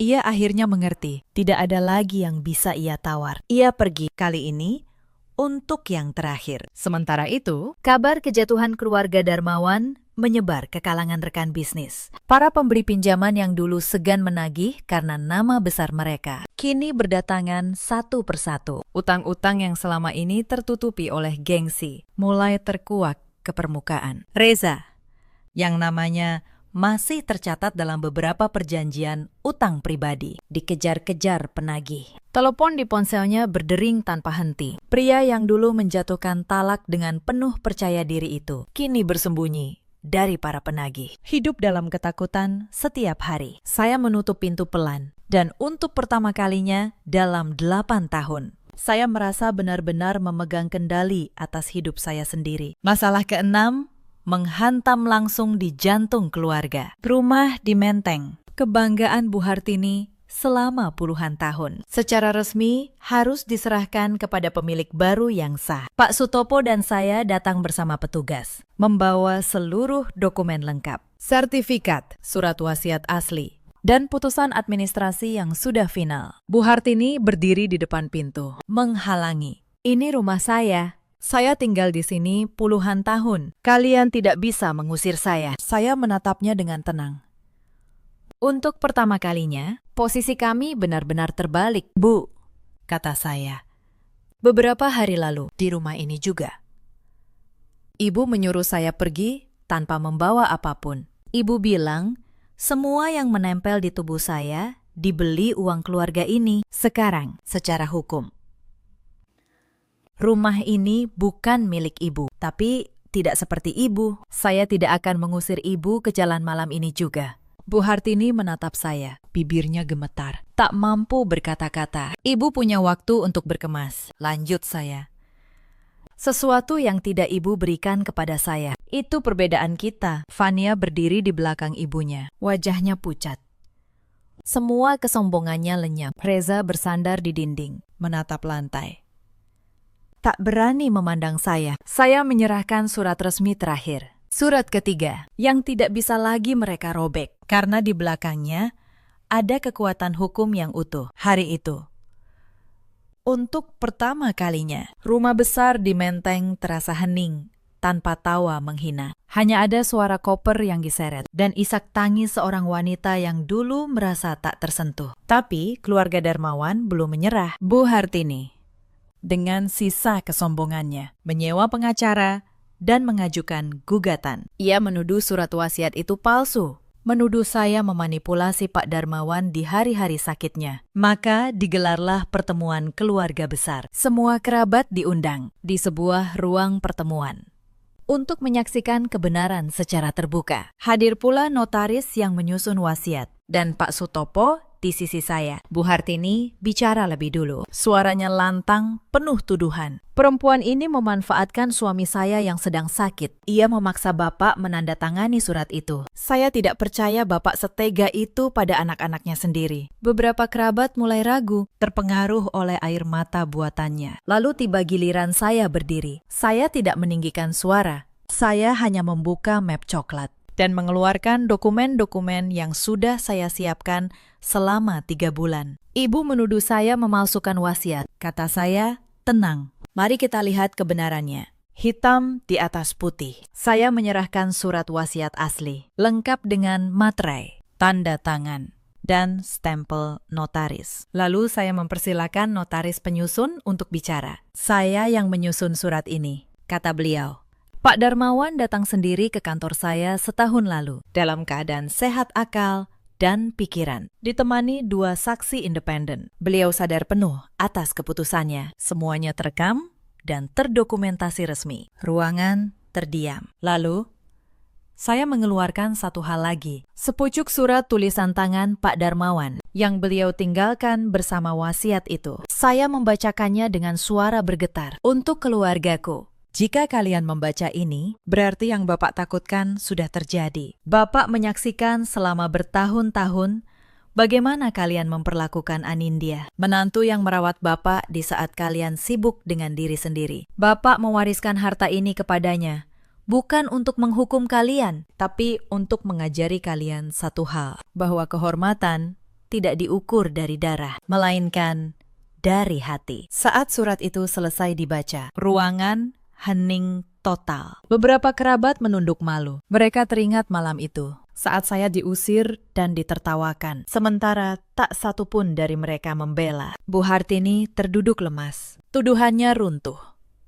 Fania menangis dalam diam.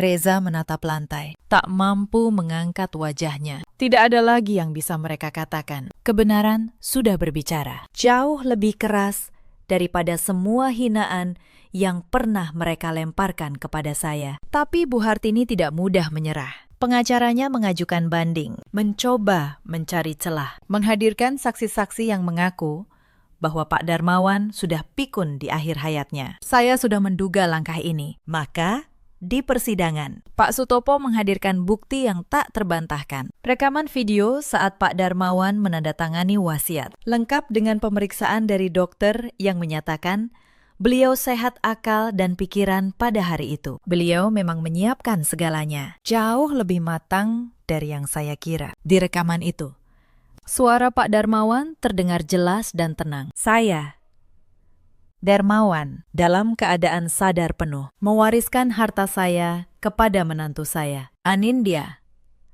Bukan karena yang lain tidak berhak, tapi karena dialah satu-satunya yang memperlakukan saya sebagai manusia, bukan sebagai sumber harta. Ruang sidang terdiam.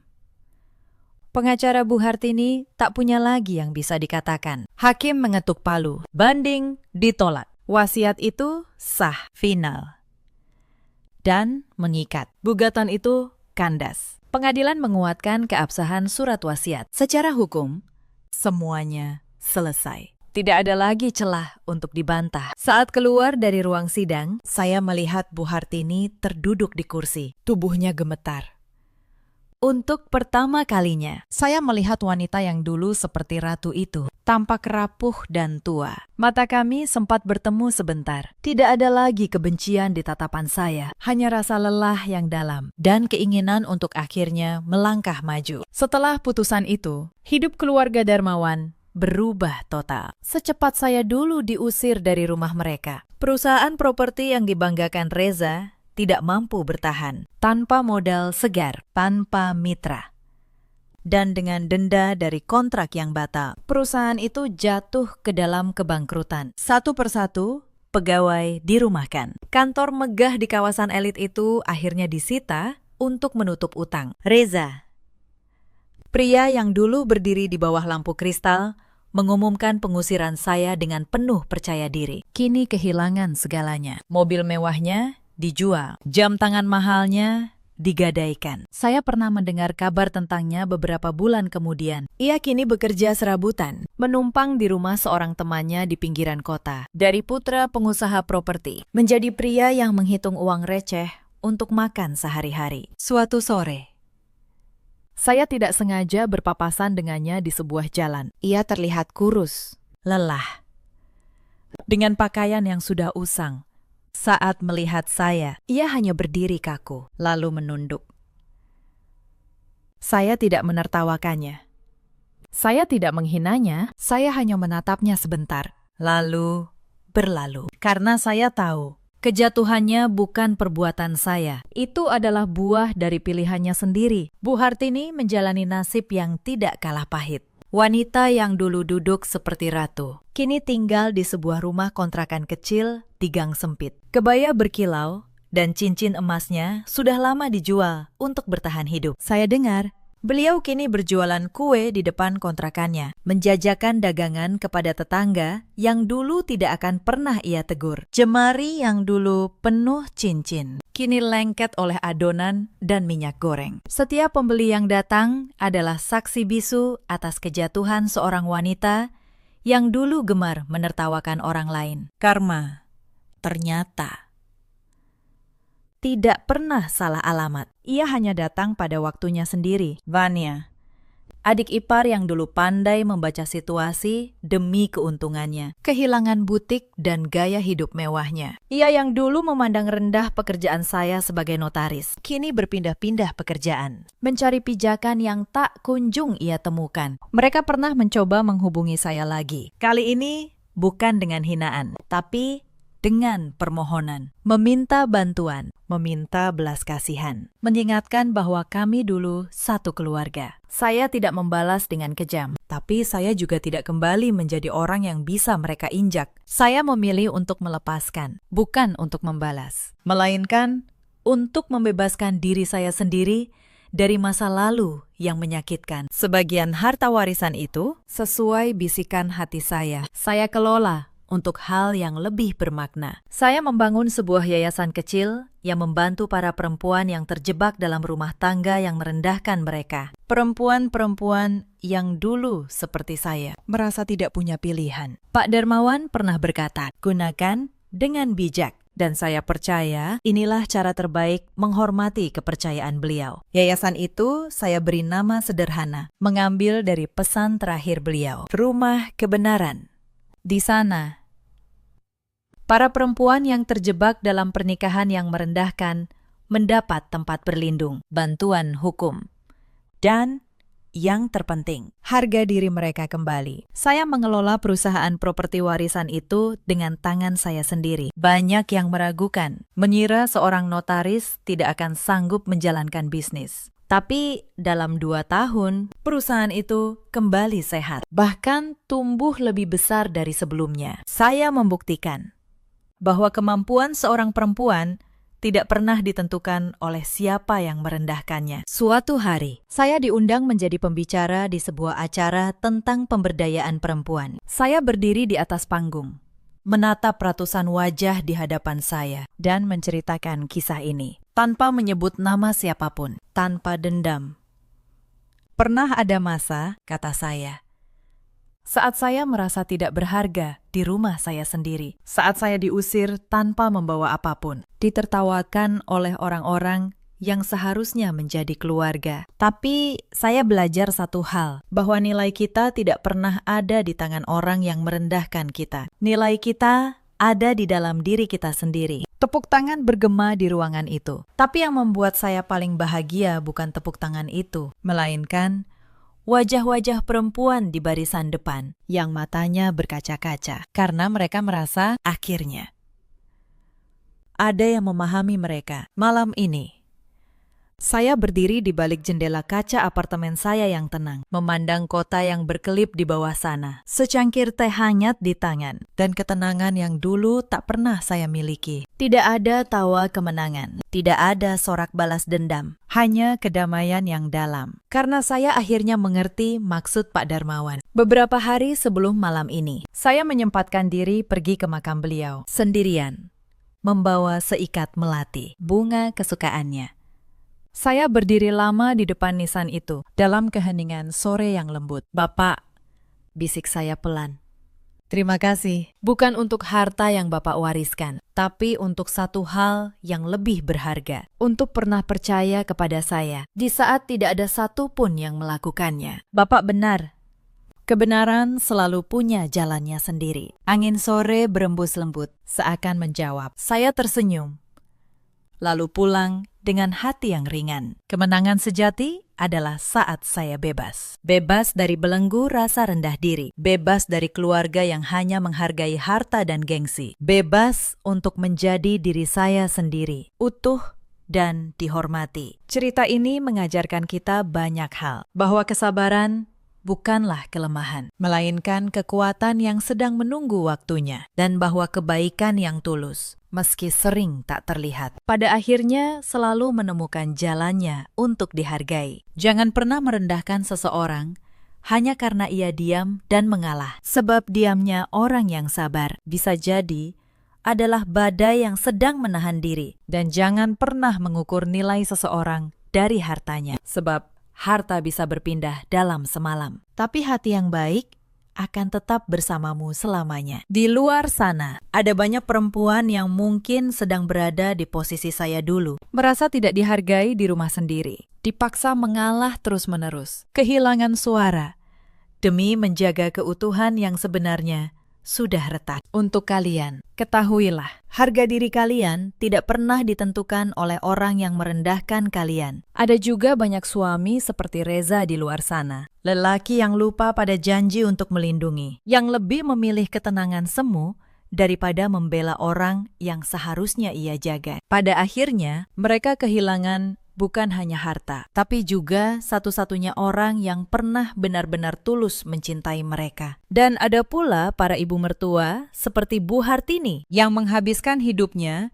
menghitung siapa yang lebih pantas. Lupa bahwa rumah tidak dibangun dari kesombongan, melainkan dari kasih sayang. Tidak semua luka bisa sembuh dengan kata maaf, tapi setiap orang punya pilihan untuk membalas dengan kebencian atau melepaskan demi kedamaian sendiri. Saya memilih yang kedua, bukan karena saya lebih kuat, tapi karena saya tidak ingin masa lalu terus memenjarakan saya dalam hidup. Kita semua punya pilihan tentang bagaimana memperlakukan orang lain. Maka perlakukanlah setiap orang dengan hormat, sebab roda kehidupan selalu berputar dan kita tidak pernah tahu kapan kita akan berada di posisi yang berbeda. Bagaimana menurut Anda kisah ini? Ceritakan pendapat dan pengalaman kalian di kolom komentar. Jika kisah ini menyentuh hati Anda, jangan lupa untuk membagikannya kepada orang-orang terdekat. Terima kasih sudah menemani sampai akhir, dan sampai jumpa di kisah berikutnya.